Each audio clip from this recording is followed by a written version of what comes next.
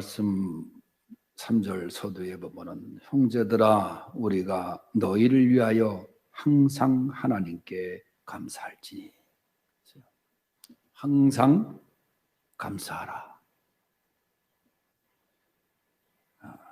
항상 감사하라. 우리가 다음 주일 추수감사절을 맞이합니다만은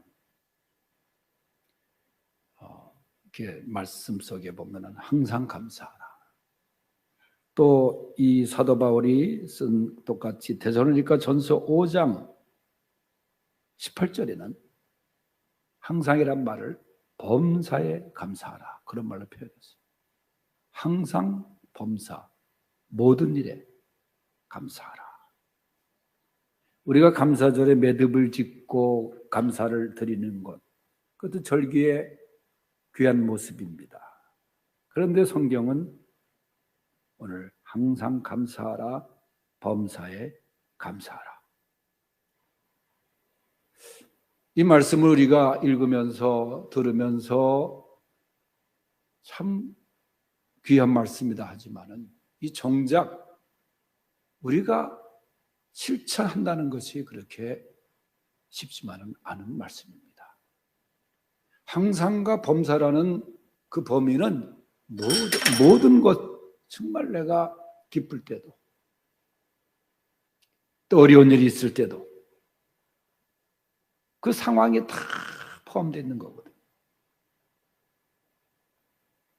근데 사도 바울은 우리에게 항상 감사하라, 범사에 감사하라. 그리고 그러면서 이 데살로니가 전서 5장 18절에는 이것이 너희를 향하신 하나님의 뜻이니라 그랬어요. 하나님의 뜻은 항상 감사하라는 거예요. 범사에 감사하는 거예요. 그죠? 주님 감사합니다.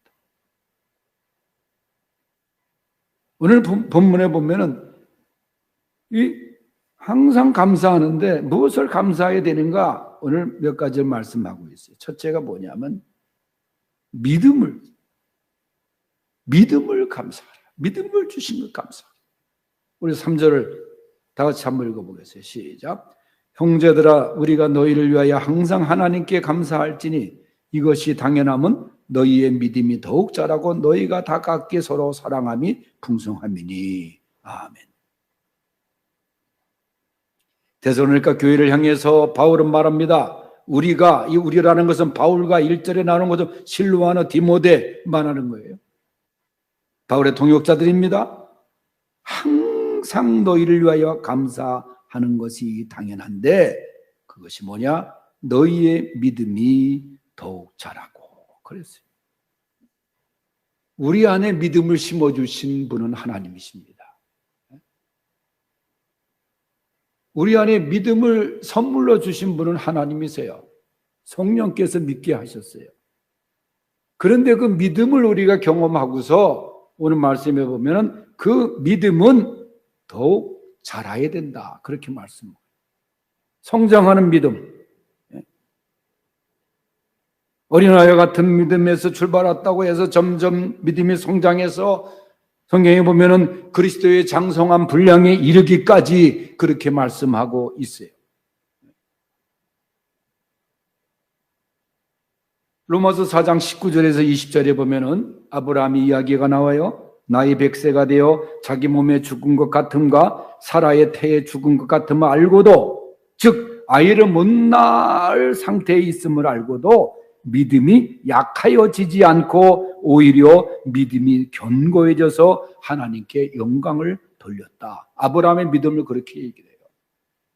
인간적으로 보면은 약해질 수밖에 없는 거예요. 초조해질 수밖에 없는 거예요. 하나님의 약속을 받았지만은 시간이 흘러감에 따라서 이게 될까 안 될까. 그러나 그는 믿음이 견고해져서 하나님께 영광을 돌렸다. 하나님께서 그 믿음을 보시고 한없이 축복하시지 않았습니까? 믿음이 견고해질 때 그 믿음을 통하여 축복을 누리게 되는 거예요. 그러니까 믿음이 견고해진다? 그건 믿음의 성장을 의미하는 거예요. 그 믿음이 성장할 때 하나님께 얼마나 그게 영광되고 그래서 바울 사도가 데살로니가 교회 성도들의 그 눈에 보이듯이 성장하는 믿음을 보면서 나는 하나님께 감사하노라 그랬어요. 여러분에게 심겨진 믿음이 견고해지고 더욱 성장하는 그런 믿음이 될 수 있기를 바랍니다. 그 일로 하나님 앞에 감사할 수 있기를 바랍니다. 이 믿음이 자라지 않는 그 모습을 보면은 참 안타까워요.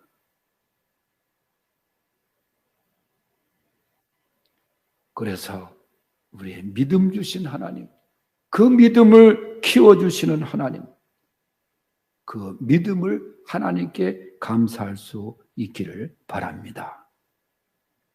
두 번째는 사랑을 감사했습니다. 지금 읽은 3절 하반절에 보면 너희의 믿음이 더욱 자라고 너희가 다 각기 서로 사랑함이 풍성함이며, 사랑의 풍성함.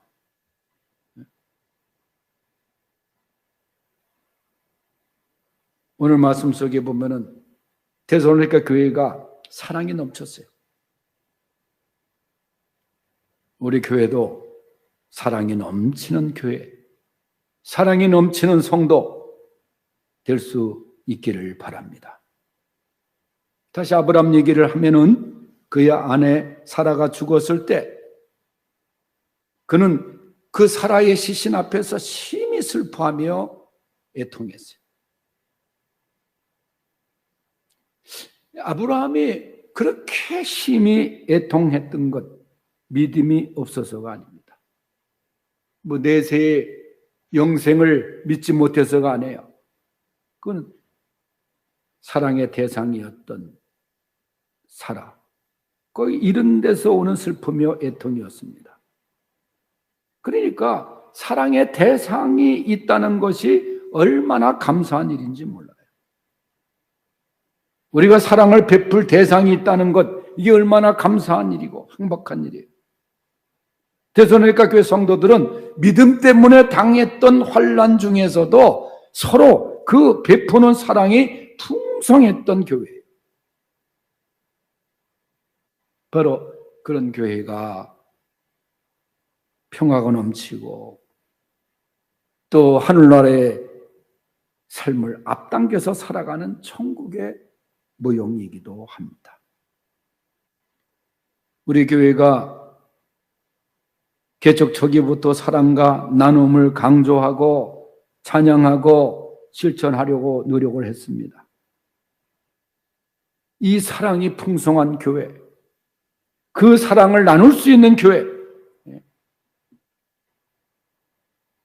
사랑이 부족하다는 것은 내가 사랑을 받기만 하려고 하니까 나오는 그런 이야기예요. 사랑을 내가 베풀려고 할 때는 사랑이 부족하지가 않습니다. 오늘 말씀 속에 있는 것처럼 사랑이 풍성함, 우리에게 이러한 귀한 사랑을 주시고 베풀 수 있는 은혜 주시고 이것을 감사할 수 있는 우리 성도들이 될 수 있기를 바랍니다. 세 번째는 하나님 나라에 합당한 자로 여기심을 감사했습니다. 우리 4절 5절 좀 두 절을 같이 읽겠어요. 시작.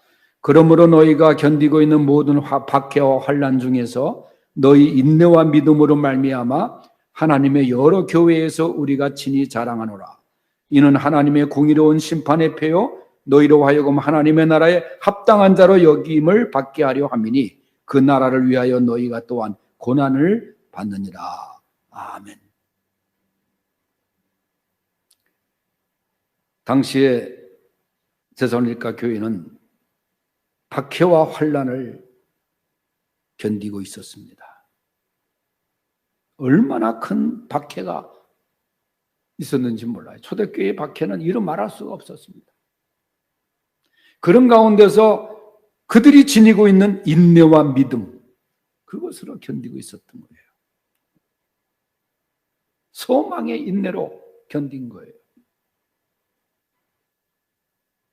그러면서 5절에는 이것이 하나님의 공의로운 심판의 표요 너희로 하여금 하나님의 나라에 합당한 자로 여김을 받게 하려 함이니라 그랬어요. 하나님 나라에 합당한 자, 하나님 나라의 시민으로 여김을 받는 자, 그겁니다. 그러면서 우리에게 하시는 말씀이 모든 박해와 혼란 중에서도 너희가 견디었느니라 그랬어요.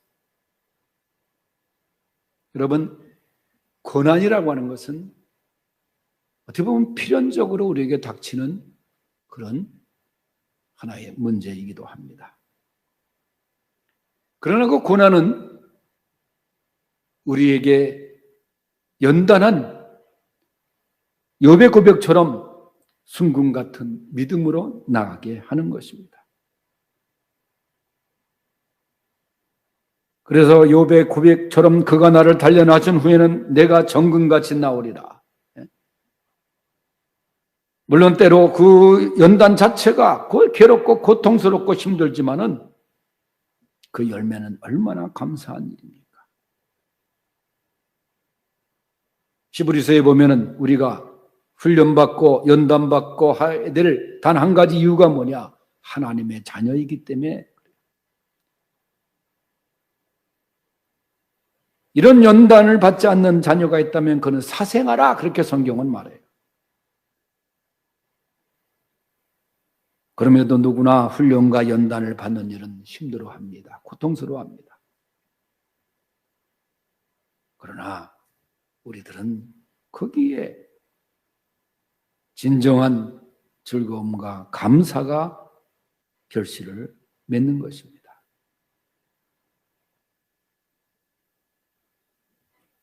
모세가 이스라엘 백성들을 인도하기 위한 지도력을 키웠던 것은 애굽의 교육이 아니에요.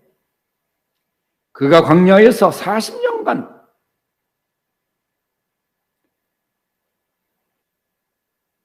또 미디안 광야에서 그런 훈련을 통해서 또 40년간의 이스라엘 백성들이 가나안 땅에 가기 전에 그 연단의 이유를 통해서 바로 가나안의 기쁨을 경험할 수 있었던 것입니다.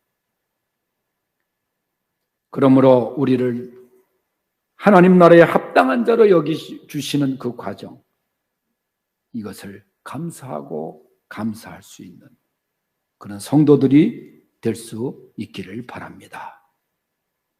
항상 감사하라. 범사에 감사하라. 이것이 너희를 향하신 하나님의 뜻이니라. 기도하겠습니다.